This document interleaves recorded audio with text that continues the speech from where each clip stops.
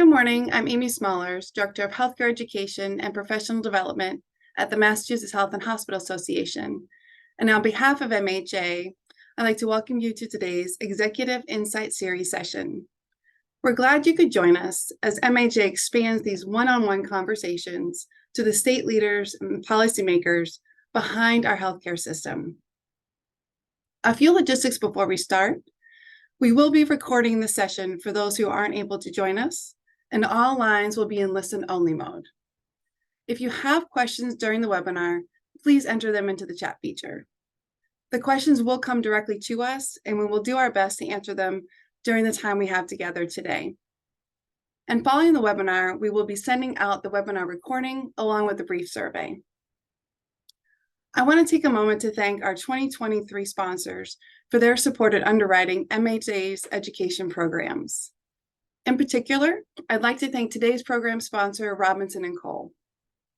Robinson & Cole is a full-service AM 200 law firm with a robust healthcare practice, serving healthcare and life sciences clients throughout Massachusetts as well as nationally.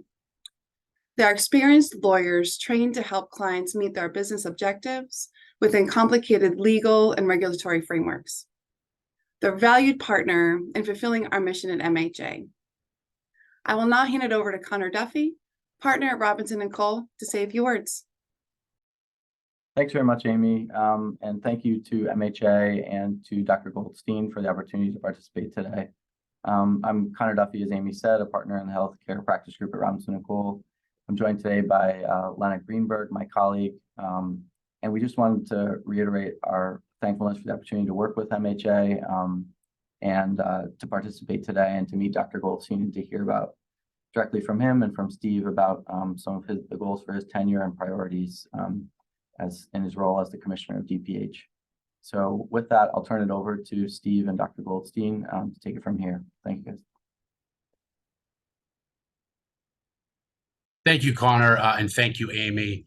And thanks to everyone who has joined us this morning for your morning cup of coffee and another great conversation about the future of healthcare in Massachusetts with one of our extraordinary leaders. As Amy mentioned, we've welcomed more than a dozen local CEOs from MHA member organizations to this program over the years. But today we get to hear from one of our partners in the state government and someone with a truly unique view of our system at large. It's a pleasure to introduce Dr. Robbie Goldstein, Commissioner of the Massachusetts Department of Public Health. There's no doubt that most of you are already familiar with Dr. Goldstein and his decades of work to improve public health across the nation. He is a longtime infectious disease physician and is one of our nation's leading advocates in HIV treatment and prevention. Dr. Goldstein also founded MGH's groundbreaking transgender health program and served as its inaugural medical director. And most recently, he serves as a top advisor to Dr. Rochelle Walensky at the CDC. This came at a critical time for the nation and its response to COVID-19. And he helped inform the center's strategy around emergency response, infectious diseases, and policy initiatives. We were thrilled that Dr. Goldstein found his way back to Massachusetts upon being named DPH Commissioner this past April. Since day one, he has put forth a bold vision for how our Commonwealth can continue to lead the nation on public health, equity, and preparedness. And he has been a true partner to our healthcare organizations, caregivers, and patients every single step of the way. There's certainly a little irony that we're chatting on Halloween, which gives us all a chance to be something different for just a day. The commissioner, however, has gotten where he is today by staying exactly true to himself, his values, and his voice for those who are often left behind. Dr. Goldstein, thanks so much for being with us today. Thanks for having me. And I have to say that introduction and that photo made me realize why I have much less hair now than I did in that photo. A lot of changes since before the pandemic, for sure. And I think, unfortunately, when you leave this job, there might be even less hair. I think so. But to kick us off, most of our guests are familiar with your professional background, and I just highlighted some of your accomplishments, but perhaps not the journey to get to where you are today. Can you just tell us a little bit about what drew you into healthcare in the first place? Yeah, I'm happy to. It's great to be here. And all joking aside, it was such a nice introduction. Thank you for that.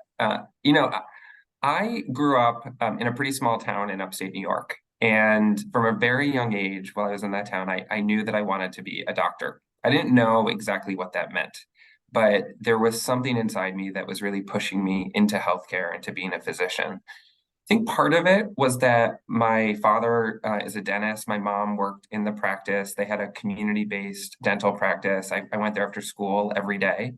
And I got this sense of what you can do when you care for community and when you really put yourself out there and think about vulnerable populations, marginalized populations, people who walk in your door and are asking for help. So I had this kind of intense desire to go into healthcare, to go into medicine. I will say that my father told me I could do anything I wanted when I grew up, but I couldn't be a dentist. So it was the one part of healthcare I wasn't allowed to go into. And I went on to undergrad at Tufts here in Massachusetts, and then stayed on to do my MD PhD at Tufts. And it was throughout all of that experience that I really found myself in medicine and in healthcare. By seeing patients, I learned who were the patients that really drove my passion, that really inspired me to do more work, to get into clinic early, to stay late. It also inspired me in science and in the academics of medicine as well. I had this great opportunity to do a PhD where I learned basic science. I learned how you present your data, how you analyze your data, and how you share those data with the world to try to make an impact. It's obvious that your parents and family were connected to community, but did you have other early mentors, and did you get any advice as an emerging professional that has stuck with you? I've had a lot of great mentors in my life. If I think back to medical school, Michael Rosenblatt was my PhD mentor. I'm sure many people on the call know Mike from his time in healthcare here in Massachusetts.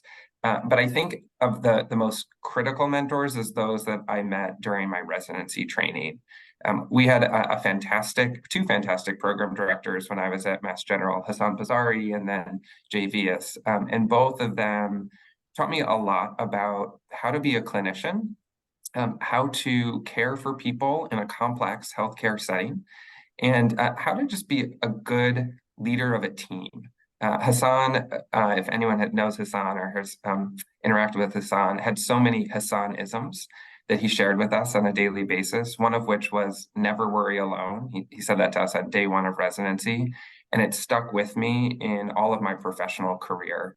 As I move around, as I do challenging work, I always remember never worry alone, reach out to others. There are always people there to help and to help think through very complex problems. I've had a lot of other great mentors. I just will say Katrina Armstrong was a fantastic mentor to me at Mass General, taught me a lot about how you care for vulnerable populations and how you put what is right on the table and you push forward until you can get that thing accomplished. She was a fantastic supporter of the transgender health program. And then obviously I know we'll talk about her, I'm sure, but I can't not mention Rochelle Walensky, who has been so critical to my career and to helping me develop my skills as an infectious disease doc, as a public health practitioner, as a policymaker. So much of what I do, I really owe to her. Now, I just have to ask, I want to go back to your dad just for a second. Yep. Was there an odd focus on brushing and flossing in your house when you were growing up? Do you have perfect teeth, doctor? So there was. I have to say, I don't have a cavity. I've never had a cavity in my life. I don't have any fillings. And there was an odd focus on brushing your teeth. Interesting, on Halloween, we were given a very specific number of pieces of candy that we were allowed to eat. Certainly, we had to brush our teeth immediately after we ate the candy, and then the rest of it went away. It was donated to some other place. It was a strict teeth hygiene household.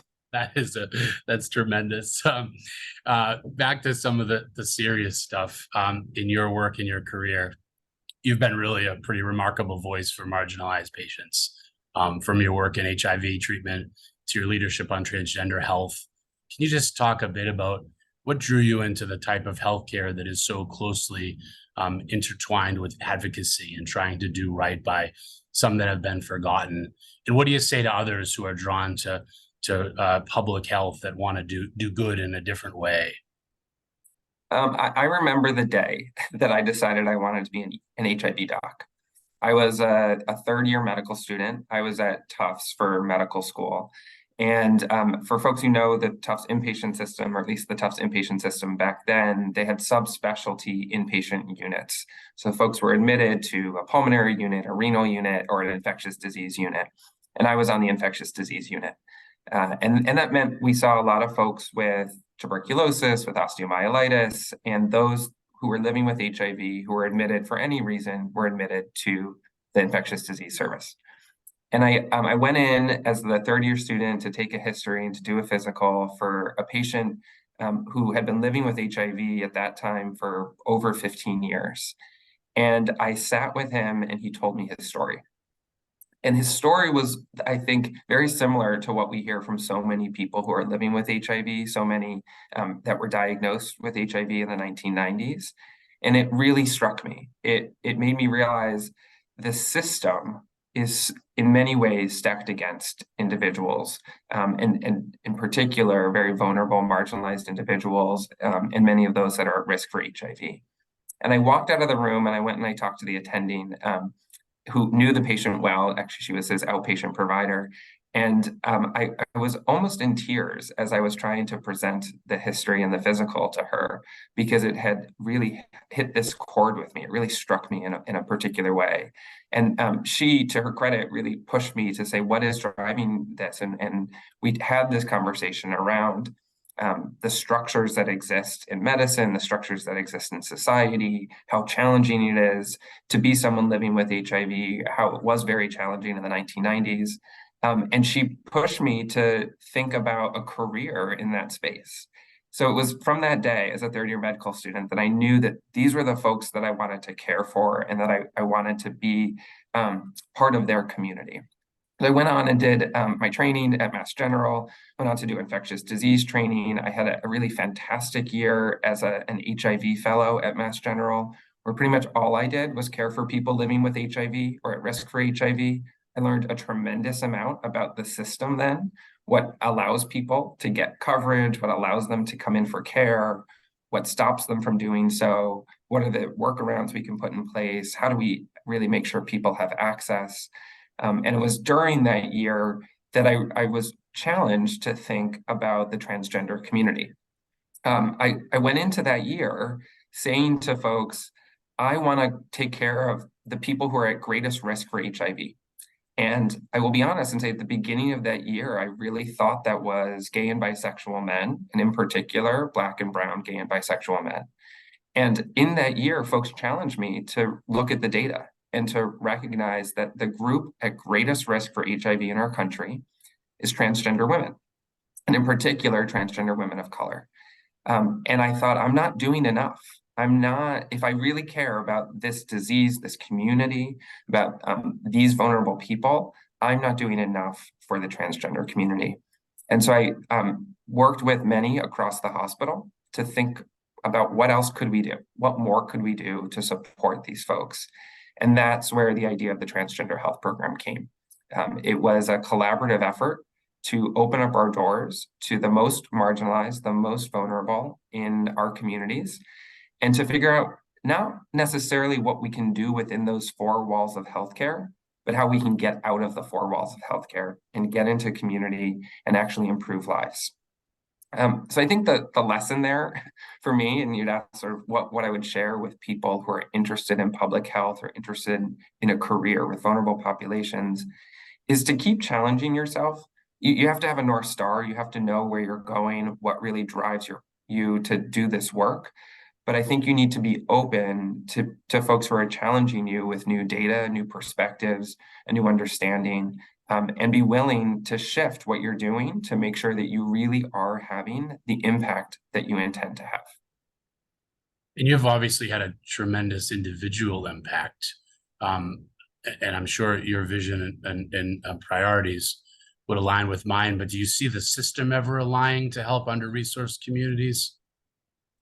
I should be careful what I say with this group in the audience. I think the system can do a lot of good, and I think the system can do a lot of harm. And I think it's incumbent upon all of us as leaders in healthcare and in public health to push as hard as we can to do the good that the healthcare system can do. Now, it's really challenging. right? We are in a complex setting with many different priorities. And oftentimes we have to remind ourselves, what is that North Star? And how do we make sure that we continue to move in that direction, even as we're bringing in some of these other priorities? I think a lot of folks probably on the call know Bob Rivers from Eastern Bank, and I had a chance to meet with him early on in building the transgender health program. I said to him, this is really hard. I'm operating in a system that at times values how much money the clinic can make over the patients that are coming into the clinic, where there's a lot of challenges around the reimbursement for community-based services that aren't part of traditional healthcare. And he encouraged me with this phrase that he uses a lot, which is the right thing to do is the smart thing to do. And I really pushed myself and pushed others at Mass General to say, what we're doing is right. And I think it's going to pay off in the end. I really do think that it's going to be a smart business decision, but it's also the right thing to do. And that's, I think, what convinced a lot of folks at MGH to get on board and to help us build a program that really did take care of vulnerable folks across Massachusetts. Well, and sticking with the right thing to do, and I love this concept of following your North Star, under tremendous pressure, both political and other external pressures, your work with Dr. Walensky at the CDC undoubtedly saved lives. There's no other way to say it. And obviously it was a time of terrible tragedy, but the amount of preventable deaths was a direct correlation to some of the very difficult decisions that you made. It's really hard to wrap our brain around how massive a job you had. Can you just walk us through what a day-to-day was like at that time as you served the country and some of the big things you learned from that time? It's hard to describe a typical day. Every day was completely different, but maybe I'll say that I started at CDC the first week of February of 2021. So folks can think back to where we were. We were on the upswing of the rollout of vaccines. At that point, not everyone in the country was able to access a vaccine. We were in a phased distribution and thinking about tiers of vulnerability for vaccine. Most schools across the country were operating in a remote setting. Businesses were closed. Pretty much everyone was working remotely, including CDC and much of the federal government. And so I showed up on Zoom in February of 2021, and I basically said to Rochelle and to those around her, put me to work. And the next 2 years were a whirlwind. They're so much of a blur. When I think about the day-to-day, what we were doing was scouring MedArchive and trying to understand what are the new data that are coming out that might inform our decisions. Meeting constantly with folks across the federal government to figure out what is the right public health decision, what is the science telling us, and what is practical in this really complex world that we were living in. A world that was divided by politics and continues to be divided by politics, but also a world that was approaching at that time a year of a pandemic and quite fatigued with all of the restrictions that had been put in place and the way that our society was reacting. So it was very challenging. I spent, to say so, most of my days on a Teams call or a Zoom call with Rochelle or with her staff around her as we were trying to work through everything that was happening. And that pace never slowed down. I think a lot of folks think, oh, well, the energy maybe shifted to other places or to other diseases or to other public health issues. But for the whole 2 years I was there, every single day, we were focused on how to protect lives, how to save lives, and how to address the pandemic. We had other issues that we had to face. Mpox from last summer was an enormous issue that we faced where we had to put in a lot of energy, but we still had to sort of go through everything that we were doing with COVID. Certainly there were concerns globally as we're seeing Marburg virus and Ebola virus around the world. And then we were trying to do the work of CDC, the public health work, the day-to-day public health work focused on chronic disease management, emergency preparedness for whatever might happen, climate and environmental health. There's so much that was happening in the agency. But through it all, we had to basically work a full-time job responding to the COVID pandemic. On a smaller scale here, I remember, and we've talked to a bunch of our leaders on this forum, we didn't know what day it was sometimes, right? You literally lost track of days and hours over that period of time. I can't imagine what it was like nationally. So we've covered a couple of decades now in 17 or so minutes. So here we are today. The Commonwealth is lucky to have you as DPH commissioner. How'd you get there? How'd that opportunity come about? And what did day one look like? And then I kind of want to get into some of your priorities now as we move forward. So how'd you get here? Yeah, as so much of my career has really been me sort of raising my hand and saying, yes, I'm interested in that, or trying to do the best I can do at a particular job, and then having folks notice what I'm doing and ask if I would kind of move up and move forward. So this was one of those opportunities where, I've been working at CDC. I'd been making a lot of connections with folks across the states, but in particular in Massachusetts. I had a particular interest in making sure that Massachusetts did well in both the COVID response and public health writ large and our MPOX response. And some folks took notice of what I was doing. I had a fantastic phone call with now Secretary Walsh, then Kate Walsh at BMC, where she asked if I would be interested in this job in leading the Department of Public Health and being a part of her team at the Executive Office of Health and Human Services. And as I've done in a lot of parts of my career, I have been moved by the ability to have a tremendous impact, which I knew I would be able to have at the Department of Public Health. And I've been inspired by the leadership that I would have. And this was one of those cases where I saw in Secretary Walsh a leader who would teach me a tremendous amount, and someone who I could truly believe in as a great leader. And so it was a no-brainer when she asked. I said yes, of course. The hardest part about that was having to then call Rochelle and say that I had a new job and that I had to step away from CDC. But it was, she agreed, and I believe the right decision at the right time. Well, we certainly share that love and admiration for Secretary Walsh, who was one of those calls to ask me if I was interested in this role. So we share our career path with a great connection to Kate. So thank you for saying yes, and for doing taking the job and taking a role in public service when others are running from it. And now you've put forth some tremendous priorities to make us a better unified public health system. So what are some of your top goals for you and your team as you enter this role? Yeah, I came in and spent a little bit of time talking to the team at the Department of Public Health to understand strengths and weaknesses, the opportunities that we had as a department. And I landed on 5 what I call foundational priorities for public health, where I really want to see the department invest over the next few years. First and foremost among them is health equity. This is a department and a state that has centered health equity in much of our response in our public health and healthcare.